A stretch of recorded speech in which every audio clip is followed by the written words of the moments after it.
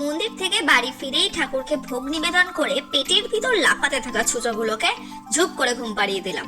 তারপর আমরা আবার বেরিয়ে পড়লাম কত্তাগিন্ডি।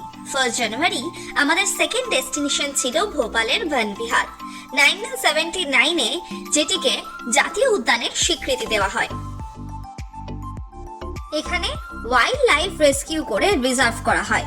প্রায় 445 হেক্টর এলাকা জুড়ে এর বিস্তৃতি। তাই বুঝতেই পাচ্ছেন একদিনে পায়ে হেঁটে কমপ্লিট করা কার্যত অসম্ভব। যেহেতু এত বড় এলাকা তাই বাইক গাড়ির অ্যাক্সেস ছিল।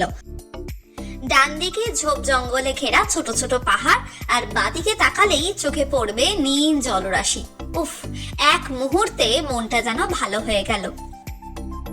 এই সবুজে ঘেরা পরিবেশে কিভাবে যে ঘন্টা 3 কাটিয়ে ফেললাম তা যেন টেরই পেলাম না।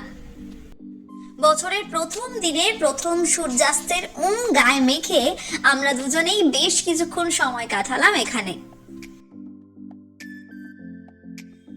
সূর্য তখন পাটে যাচ্ছে আর আমরাও যাচ্ছি আমাদের থার্ড ডেস্টিনেশনের দিকে। কোথায় জানতে হলে স্টে টিউনড। ততক্ষণের জন্য টাটা।